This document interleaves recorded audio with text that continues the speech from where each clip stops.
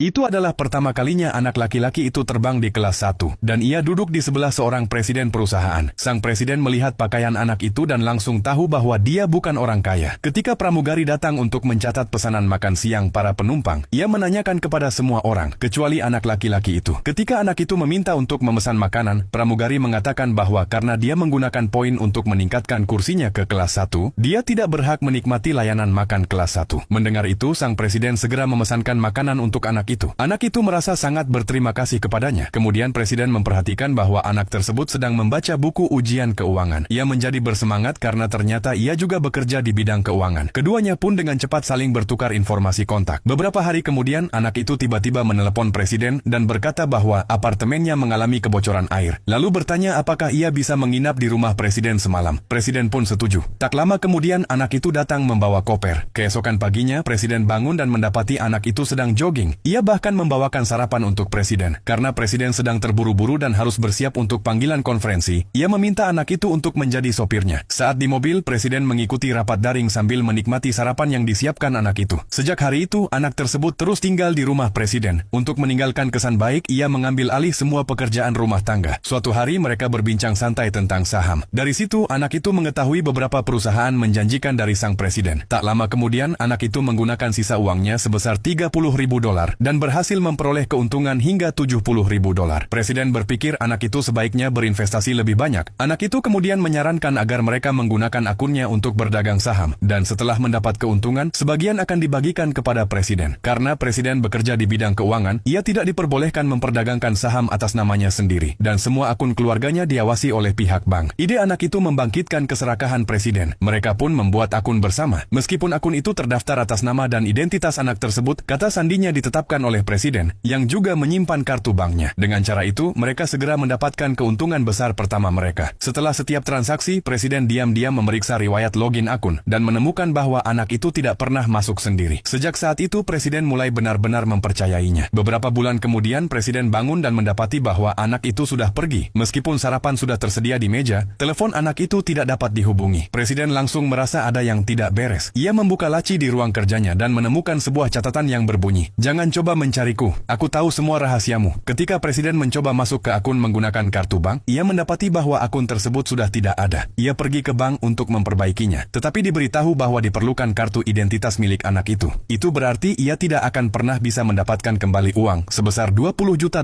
yang ada di dalamnya.